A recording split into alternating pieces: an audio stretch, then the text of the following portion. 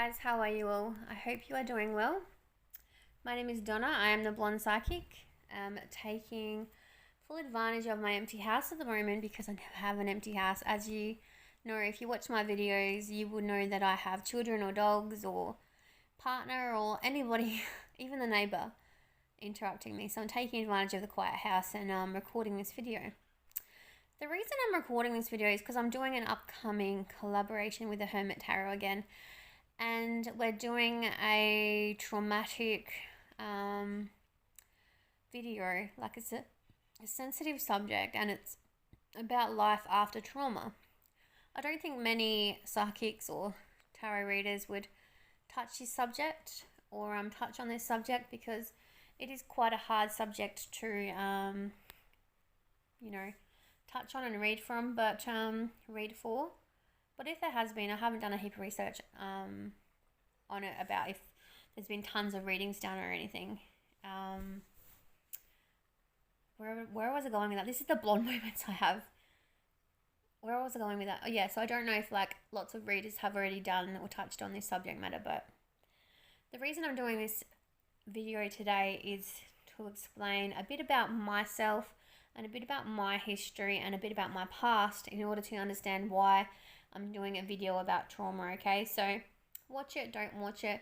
It may be triggering for some of you, so if you're easily triggered, don't watch it because I am going to talk a lot about my past and the experiences I've been through. But make sure you watch our pick a card, this upcoming pick a card with the Hermit Tarot. It's coming out in May because I have put some beautiful healing packs together and my spiritual and biblical decks, so two people will go into the chance of winning a healing pack and spiritual deck and biblical deck, okay? So fingers crossed that you win. I'm excited for you. Okay, so let's start. Let's get into my past story about me, okay? Okay. So 2012 was the year that my life started to take a turn for the worst. If you see me looking away a lot, it's because I'm like, what do I want to say? Do I really want to say that? And it is hard to talk about because only those that really know me know about this subject matter and what I've been through. In a sense, I've been through hell the last couple of years and I haven't really spoken about it, or the public don't know about it. There has been a lot said about me in the public and I've never addressed it, but we'll get to that soon, okay? So where do I start? Yeah, 2012, I had given birth to my daughter, Georgia. She's now 9. And I did that alone. I was single because I wasn't with her dad for very long. And then I met a man named, I won't actually name his name because this will go public. We'll just call him Sam, okay? I met a guy named Sam and fell for him. Georgia was a newborn. He wasn't the nicest person. He was accused of doing some not so nice things. I'm not going to say what they were, but he had lost his own children. And in the process of losing his children, mine got brought into that whole loop and mess. So I had to end my relationship with him. But I found out I was pregnant by him, so that I had my youngest son, Reese, by him. But because I was already now involved in the world that he was involved in, my children were involved in this not so nice world, and I ended up losing custody of my daughter for eight months, I think it was. But it's funny because I lost her and custody to her father. But the funny thing is I still had custody of my then 11-year-old, 4-year-old, and newborn baby so Reese was born 3 months early. He had special needs. So I was left with these 3 children but lost my third child. So it's really weird the way it happened. Lost custody to her dad, had her on weekends. But then I got involved. I was obviously traumatized. I wasn't coping very well. I had sleepless nights. I had this newborn child. I just was not thinking great. And I was just, was not in a good place at all. So then I met a man named Aiden. We'll call him Aiden. Aiden was great for the first 6 months. He was amazing, everything you'd want in a person. But then Aiden showed his true colours and started the drug use. I didn't know that he was a known drug user. He was badly into the drugs, a bad addict. His whole personality changed when he got on drugs, but just in general, he was very violent as well. So about a year into that relationship, I lost custody of my youngest son as well, but never my oldest two. So it's very baffling the way it happened, but it happened. So it took me, this relationship with Aiden went on for 2 years. I made my two oldest children go live with my mother because I just didn't want them in that environment. It was hard enough me dealing with the violence every day, let alone him, let alone these two little innocent children. And I wanted them away in order for me to be able to get myself away. And it took me 2 years to do this. I couldn't get him away from him. He was violent. He was on drugs. He was just living with him was like hell. I physically moved 3 times, and the way that I did that was, luckily I was able to talk to and trust a removalist, and I was on Gumtree buying new things, and I was secretly looking for houses and messaging agents and secretly going out and finding houses and signing up for houses with fake appointments that I'd made that actually let me go to by myself, because I don't know if you understand the world of domestic violence, but they're very controlling. Very controlling. It got to the point where he would take my phone, keys, money, everything off me. And he would follow me from room to room. He would watch me go to the toilet. He would watch me take a bath. He would watch me, even go outside to play with the dogs. He would do all that, and I let it happen because I was too scared to get beaten to not let it happen. Lucky I had his mum, who was a great confidant and helped me out on a lot of occasions. But still, I think, there were opportunities I could have left him, but I was just so beaten down emotionally. Like, I don't know, that's another thing when you're beaten down so emotionally. You're so fragile, and I've already lost 2 children, and I've still got 2 that I had to push away to get them out of the environment I was in. And just living, for me, living was my number one priority. Trying to get myself back to me, trying to be healthy, trying to live was my number one priority, and that's a pretty low place to be at in your life. So it was hell. I was in a coma twice, in hospital, bruises. I was rocking up to visits with my kids covered in bruises, and I was crying to the social workers. I was like, how can I go in covered in bruises and bloody and tell them that what I'd been through? I didn't want to tell them. I couldn't tell them, and I wasn't going to tell them. And they say, just say mummy had an accident, mummy fell over or something. So I had to lie to my children about why I was covered in bruises.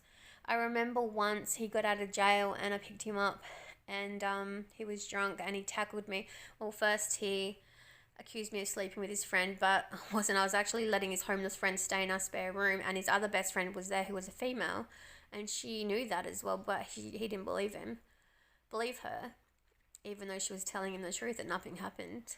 So he punched the shit out of me while everyone looked on in horror, and he actually called the punches he did to my head love punches.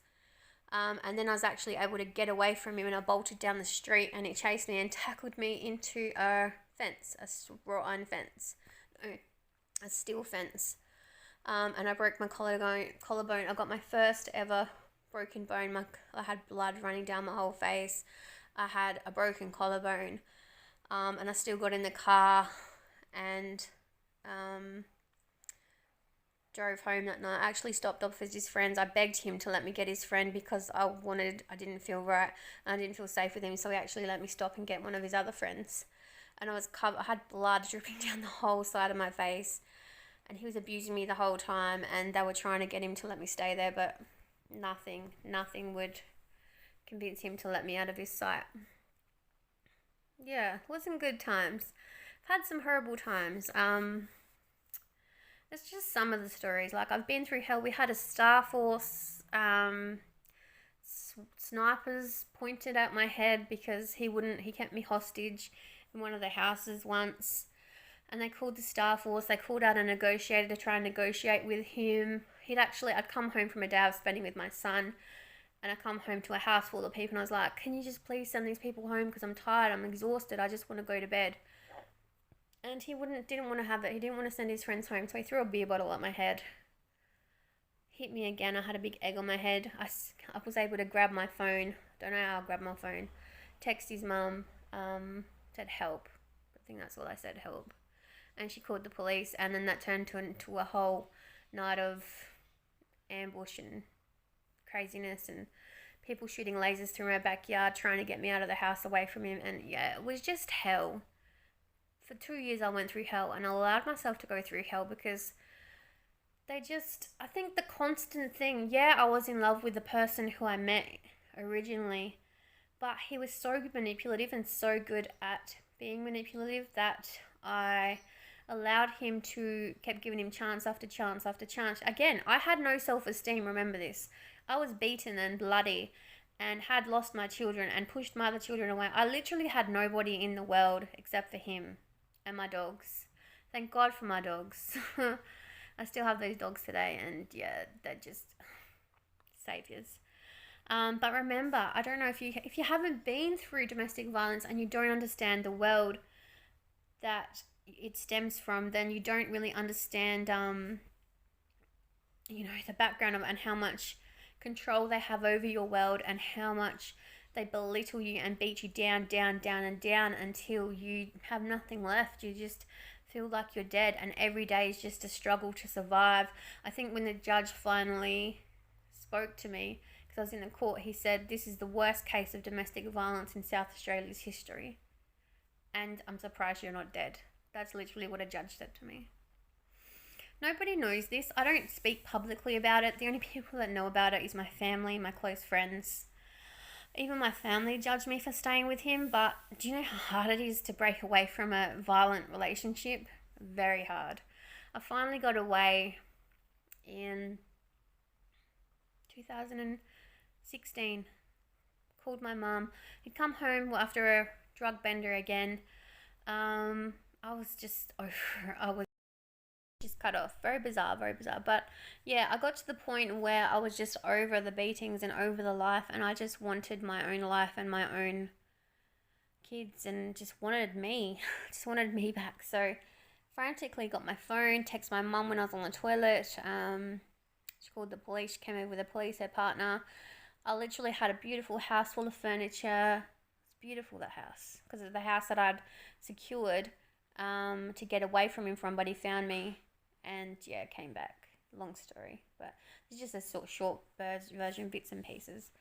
I literally walked out of that house with one bag of clothes, my dog, and my car. He kept everything. Walked away, did not care. I had me, I was alive, that's all I cared about, and I have not been back with him since that day. It was hard, but I did it. I did it for me and did it for my kids. Another hard thing that I wanted to address about the situation was I was working during this time. It was a quite successful time for my business. I owned a hair and beauty training business. I was training students, offering hairdressing courses, beauty courses, things like that. I had a salon in Gawler, had a salon in Elizabeth Park, and then I was opening a third one in Blair Athol. It was really successful. People did not know what was going on in my home life. They did not know. They did not know I was coming to work covered in bruises or hadn't been beaten the night before, or, they knew nothing about the violence that was going on at home and how, when I got the money, he would just take it and spend it on his drugs or spend it on his food or spend it on his clothes. Everything went to his habit or to him. Like, he absolutely loved the money. That's why he allowed me to work. Also traveled a lot, so he came on a lot of my training sessions and traveled with me. But through this, so my business was great. We had an agreement with a couple of RTOs around Australia, a written agreement, so registered training organisations, which means I would have done the training, and then in order for them to get nationally recognised and work anywhere, they would have got it signed off through a third company provider. That's the arrangement I had in place, and a lot of people, didn't know that as well, didn't know the fine details of it. But because I was just sick of the violence and sick of the life at home, I just had to run away. I just had to shut the salon down, cut these people off, and just go into hiding. I went into hiding for like 2 months, I think.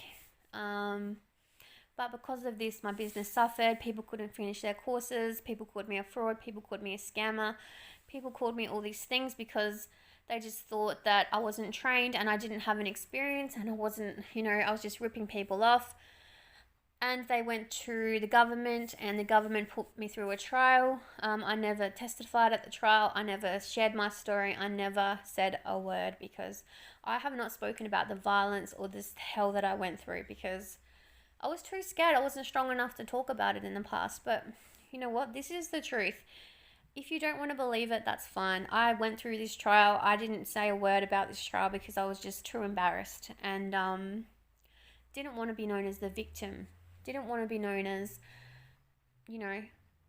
what they were accusing me of. These were horrible things they were accusing me of. And there's this group on Facebook, apparently, I've been shown it a couple of times, a hate group about me on Facebook, people trolling me about Facebook. There's one person in particular on Facebook that keeps doing it over and over.